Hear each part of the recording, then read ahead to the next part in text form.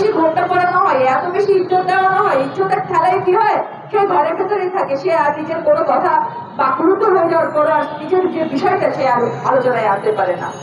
অনেক রকম দুঃখ, অনেক রকম ভয় নিয়ে বড় হচ্ছে। ওরা যেভাবে ওখানে ভয় নিয়ে বড় হচ্ছে, মুসলিম শিশুরা ঠিক সেরকম এদেশে যারা হিন্দু আছে তাদের শিশুরাও কিন্তু ঠিক একই রকম পরিস্থিতিতে পড়ছে। তারা মনে করছে ভারতের বৃহৎ অংশ ওদিকে আছে আর আমরা মুসলিম কান্ট্রিতে আছি, এভাবে মাথায় আসছে ওদের। কিন্তু এটা কিন্তু ঠিক নয়। আমাদের এই দেশটা কখনো মুসলিম বেশি করে মুসলিম রাজত্ব কায়েম করার জন্য চেষ্টা করে গেছে বারেবার, হিন্দুদেরকে ভালোবাসেনি। তাদের মসজিদ, মন্দির, পেগোড়া, গির্জা সবকিছু সমান্তরালে আমার দেশে আছে, সব রকম অনুষ্ঠান আমাদের এখানে হচ্ছে। কোনো অনুষ্ঠানে কেউ যাচ্ছি না, আমরা মুসলিম ভাইয়েরা বোনেরা যাচ্ছি না, অনুষ্ঠান পালন করছি না, এমন তো হচ্ছে না। আমরা সবাই একে অপরকে সমান ভালোবাসি, সমান রেসপেক্ট করি। কিন্তু এখন কথা হচ্ছে আমরা কিভাবে আমাদের সম্মান ধরে রাখবো। আমরা সম্প্রীতি বজায় রাখতে চাইলে অবশ্যই ঘর থেকে সেই শিক্ষাটা পেতে হবে। আমাদের শিক্ষাটা এগিয়ে আসছে।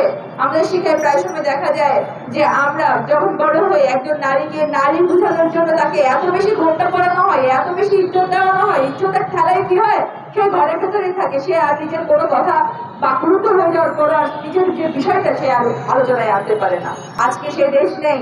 আজকে যখন একটা স্যাটেলাইট পরিবার ওভারঅল ওয়ার্ল্ড হয়ে গেছে, সেখানে শুধু ভারত কেন, শুধু পাকিস্তান কেন, পাশে শুধু চীন কেন, এইসব ভাবছি কেন? আমরা তো সম্পর্ক করে ফেলেছি ওভারঅল ওয়ার্ল্ডের সাথে, আমাদের উচ্চতা হাই লেভেলে চলে গেছে। এখন ভাবছি শুধু ভারত যদি আমাকে না দেখে তাহলে মানে আমার সাথে তাদের ঝগড়া হয়ে গেলে সারা দেশ আমাকে ভালোবাসবে না, সারা বিশ্ব আমাকে ভালোবাসবে না। যেখানে ওভারঅল ওয়ার্ল্ডের সাথে আমাদের বাংলাদেশের সাথে কানেকশন, সেখানে শুধু ভারত ভারত ভারত চিন্তায় আমরা কিন্তু একদম মগ্ন হয়ে আমরা ক্ষুদ্র চিন্তাটা ওইখানে রেখে দিচ্ছি। আমরা যেখানে বেড়ে উঠবো, যেখানে সায়েন্স নিয়ে আমাদের গবেষণা হবে, যেখানে আমাদের নতুন নতুন চিন্তা ভাবনা হবে, উদ্ভাবনের বিকাশ হবে, সেখানে আমাদের শিশুরা পড়ে থাকতে পারছে না কেন?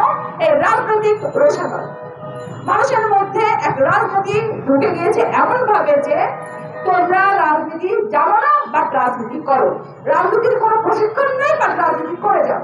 ব্যাপারটা কিন্তু ওইখানে পৌঁছে গেছে।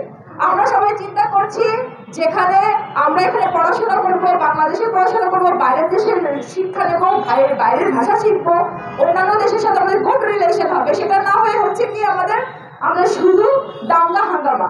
কোথায় মুসলিম আছে মুসলিমকে পেয়ে দাও, কোথায় মুসলিম কি চিন্তা করছে তার জন্য যখন মুসলিম কোনো কিছু ভালো কিছু করার চেষ্টা করছে, না অন্য দেশের থেকে চাপ চলে আসছে যে না ওরা মুসলিম না, ওরা কিন্তু অন্য একটা এজেন্ট এসে গেছে।